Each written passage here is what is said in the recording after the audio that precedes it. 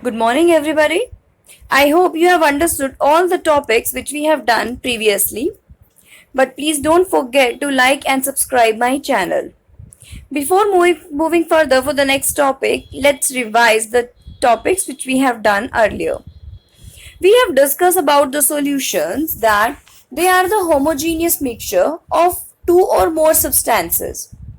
Out of these substances, one which is present in the less amount is known as solute substance, and the second which is present in the larger amount is known as solvent. Basically, you can say that when solute particles are dissolved in solvent, it makes a solution. Further, we have discussed the two types of solutions, that is saturated and unsaturated solutions. Unsaturated solutions are those solutions in which more solute particles can be added. It is having the ability to hold more solute particles. But in saturated solution, no more solute particles will be added. It is already having the highest concentration of solute particles. The next we are having the type of heterogeneous mixture, and the first type of heterogeneous mixture is colloids.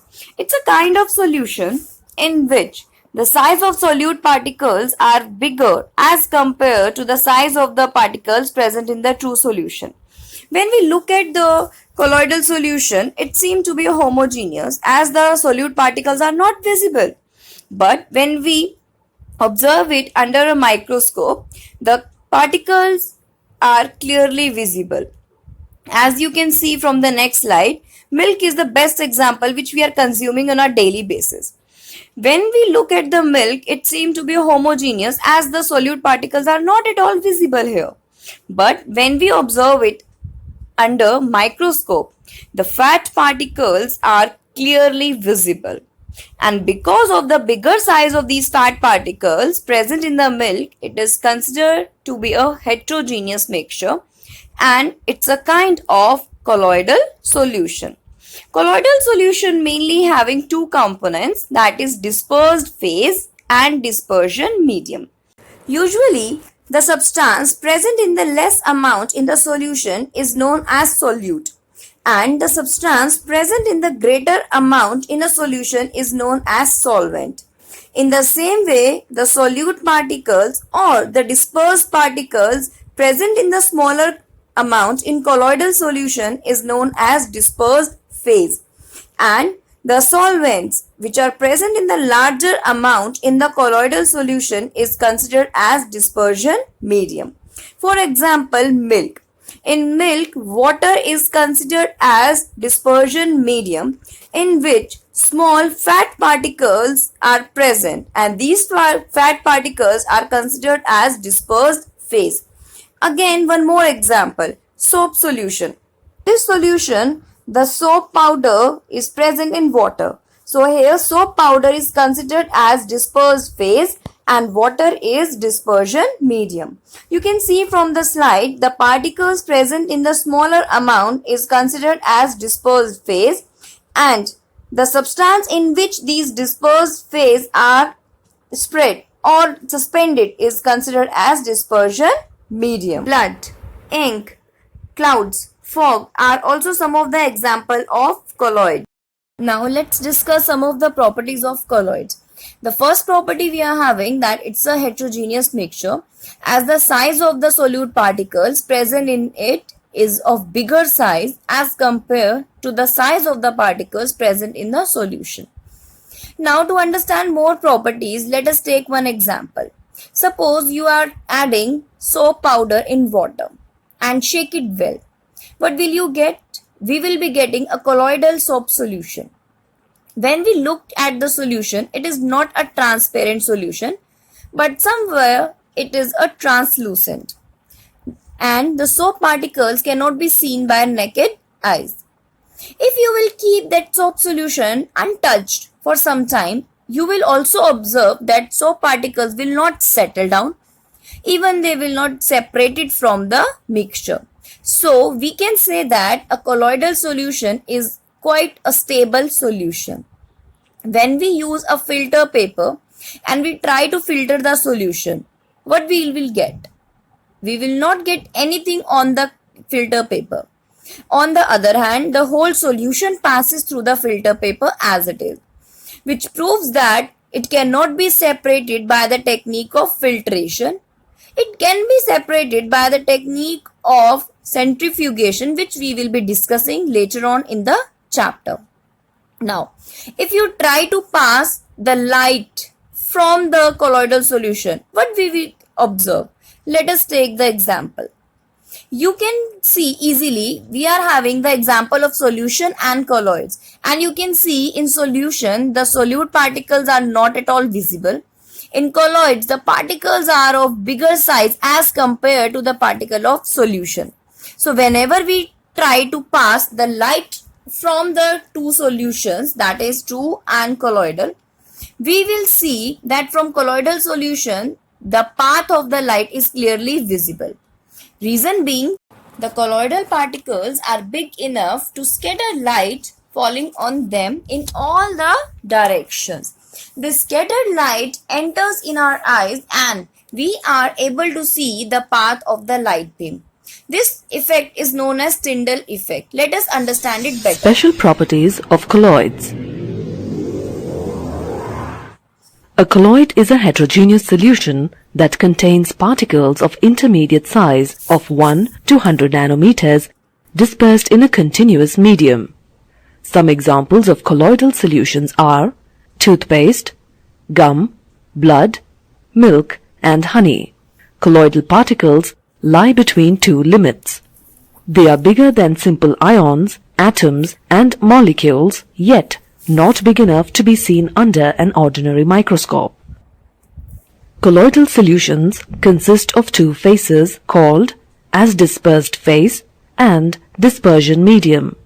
Particles present in small amounts are called the dispersed phase.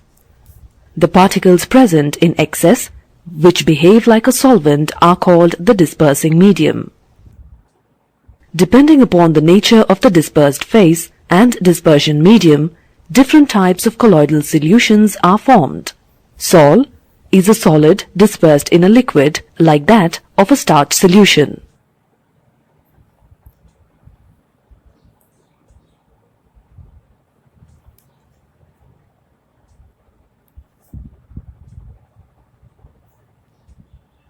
Emulsion is a liquid dispersed in another liquid, as in dilute milk.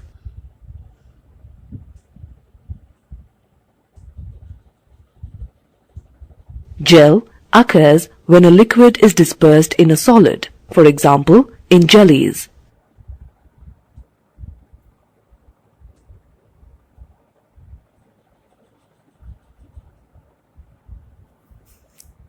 Aerosol is a solid or liquid dispersed in a gas, such as in the case of fog, mist, or smoke.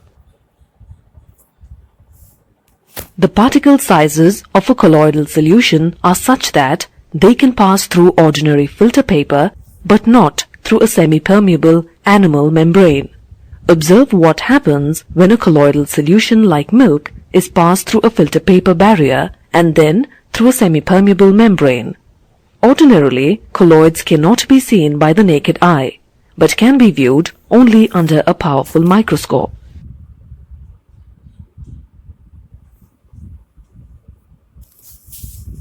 Brownian movement and Tyndall effect are two common properties of colloids. Brownian movement. The constant rapid zigzag motion in colloids is caused by the unequal bombardment of colloidal particles by the molecules of the dispersed medium. When more molecules strike one side of the particles rather than on the other, the direction of the motion changes. This is called the Brownian movement. Tyndall effect. When a strong beam of light is passed through a colloidal solution, the light is scattered by the colloidal particles. This scattering of light is called the Tyndall effect. The illuminated beam or cone formed by the scattering of light is called Tyndall beam or Tyndall cone. The path of the light becomes visible when viewed from a direction at right angles to that of the incident light.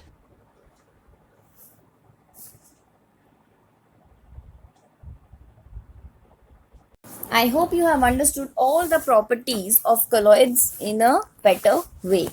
Now the next we are having the types of colloids. Basically, depending upon dispersed phase and continuous phase or dispersion medium we are taking, we are having different types of colloids. And we are having different categories as you can see. Let us take the example. Liquid in gas or solid in gas. Both these types are considered as aerosol.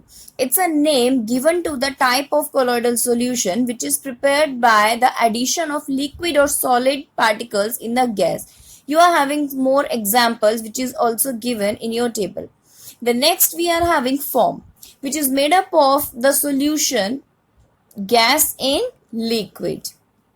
You are having some more example like fire extinguishers foam, soap bubbles, shaving creams. Even the foam which is present over the beer is also considered as a foam. The next we are having emulsion. Emulsion means the mixture of liquid in liquid. For example, in this type of emulsion, one type of liquid is present in very small amount in other one. Like we are having and we have discussed even that is milk. The next example we are having face cream, butter. These all are the example of emulsions. The next we are having sol. Sol means the solid particles dispersed in the liquid medium. For example, soap solution. Ink, in which colored dyes are present in the water. Starch solutions. Paints. These all are the example of sols. The next we are having solid form. It's a mixture of gas present in the solids. The best example we are having sponge, foam rubber. Even we are having the example marshmallow. It's a kind of sweet which we chew. It is made up of mainly sugar and egg. The next we are having solid sol. Solid sol, it's a kind of combination in which solid particles are dispersed in solid medium. For example, different kind of gemstones which we are using in making different kinds of jewelry like pearl, ruby, emerald, and we are having lots of other gemstones. The next category we are having gels in which solids are dispersed in liquid medium. For example, the jelly toffees which we are eating, gelatin which is used in baking materials. The next we are having the view of ruby glass which is used in making jewelry. Here we are having some more gemstone. These are the example of solid sols as we have discussed earlier. I hope you have understood all the topics which we have done today. Now here we are having the assignment in which 5 questions I have provided. Go through these questions and write down the answers in the notebooks. I hope you have understood all the previous topics which we have done in the previous